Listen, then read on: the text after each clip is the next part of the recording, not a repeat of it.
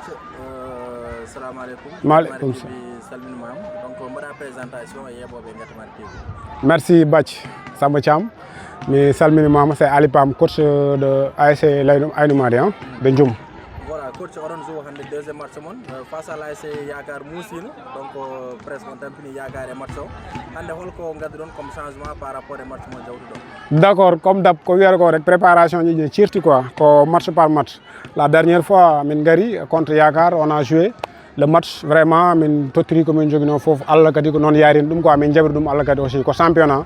Mais perdu d'amen premier match ko mbiyam ko souvent rek tahana men ñakude championnat o hande woni deuxième men sortie contre l'ASC Sinthiane vraiment min badi préparer holno min pour ni wade de préparer alhamdoulillahi rabbil alamin quoi tout le groupe est là et complet min gari quoi. Étant coach de l'ASC Aïnou Mady cette année, qu'est-ce que cela vous fait en tant qu'ancien joueur de l'ASC Sinthiane?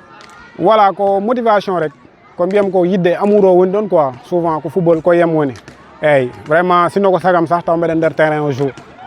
Parce que ko mbiyami ko non ko boji mbaɗata ko ɓuurani kam ɗum wawde kono donc noon ɓe mbaɗi kam choisir comme coach donc mi yaada e oɗon dynamique rek mi waɗa ɗum respecté kadi aussi. D'accord, aɗa fote légalement ASC Sinthiane car aussi c'est également ko toon battinɗa joude à ce qu'il paraît donc avant aɗa waɗa coaché ASC holko ɗum waɗma sikki est ce que wonanema farɗo c'est à dire dongal tendugal en tant que non alhamdulillah quoi c'est un quartier que je tiens à cœur ko toon jibinami mawnumi mbammi toon carrière am football foof ma raw presque année goto wonno mom joué ɗon en 2013 mbammi démissionné j'ai joué à Diaguéré après gartumi mais le reste ko Sinthiane mbammi ɗum eyyi alhamdoulillahi rabbil alamin noon ko yettere Allah no feewi joude mabɓe koɓe équipe mo gandumi ko légal mo gandumi kadi comme je le dis souvent eyyi match o min ko jaleɗe ɓolo wonana men par ce que weɓanam ha ɓurti quoi eyyi e golle ɗe weɓanam ha ɓurti donc mbeɗa andumi eyyi siddi côté jeu mi andu boyji mi andu sukaɓeɓe avant mi anduɓe kamɓe mi anduɓe les dirigeants adduɓe ɓe mi anduɓe kadi aussi kono donc Sinthiane ko addi fof mbeɗa sikki alhamdulillah rabbi ko gaddumi ko han mbeɗa wawi faladeɓe quoi.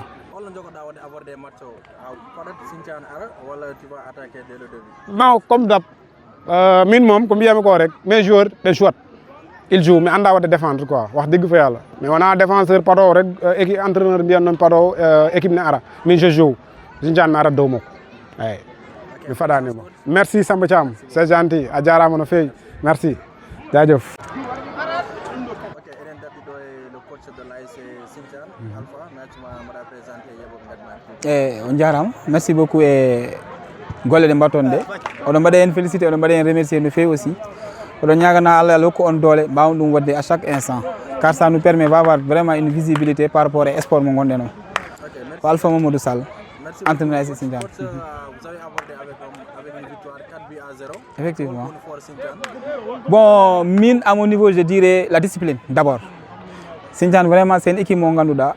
Les jeunes sont très disponibles et très disciplinés. Car Sadji, je suis avec mes grands frères. Viennia, il fait partie du groupe. Doudou Sall, il fait partie du groupe. C'est mes grands frères.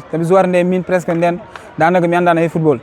Mais Allah dit cette fois-ci, ils nous ont rejoints, ils sont revenus. Et ils sont au même pied que les jeunes. Ils acceptent tout ce que je dis et ils sont en parfaite collaboration avec mes propos, avec aussi mes intentions par rapport à l'équipe. C'est une chose vraiment remarquable et d'être ASC Sinthiane. Donc, remobilisation Sinthiane Nambe. Effectivement, effectivement. Quand on lance Mingoni, on va remobiliser pour récupérer Kala Sinthiane Nambe. A commencer même par le coach de l'Aïnou Mady. C'est un natif du quartier. Car il faut que les gens aussi, c'est même pas de me récupérer, Inch'Allah. D'accord, en parlant du coach, c'est le cadre de Ali Pam. Donc, on joue le deuxième match. Donc, aussi, c'est sa deuxième sortie. Effectivement, effectivement.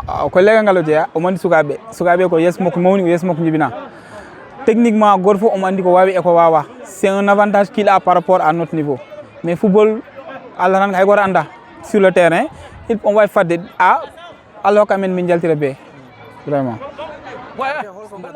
Est-ce que parce que Aïnou Mady umi koye défaite 2-10 ans face à Yakar, c'est-à-dire kamɓe jour match de Yakar ɓe tampodiri donc holko gadduɗon hannde on parade Yakar no Aïnou Mady walla vous allez attaquer? Bon, comme d'habitude, c'est des matchs comme tous les matchs. Minen kam min jiyan hen avantage. Way kono hannde min puɗɗi compétition ni et on veut vraiment avoir 3 points. Maintenant la manière de l'avoir, nous nous sommes préparés à ça. Nous avons oublié l'autre match. Hannde woni première fois que saison 2006 au fuɗɗi ko pour amen hannde woni premier match amen. Et Inch'Allah, et nous avons mis tous les moyens qui vont nous permettre de décrocher les 3 points. C'est votre troisième année en tant que coach de Sinthiane? Effectivement. Objectivement, Bon, Guilherme Poudi, même objectivement, gagner les phases, les navettes. Minja phase départementale alors quand même minga minja régional minja national on objectif tan hen mingoni depuis 3 ans ami ligo hen non et inchallah petit à petit ça va venir. Merci. Merci coach et bonne chance. Merci beaucoup, merci à vous. Merci.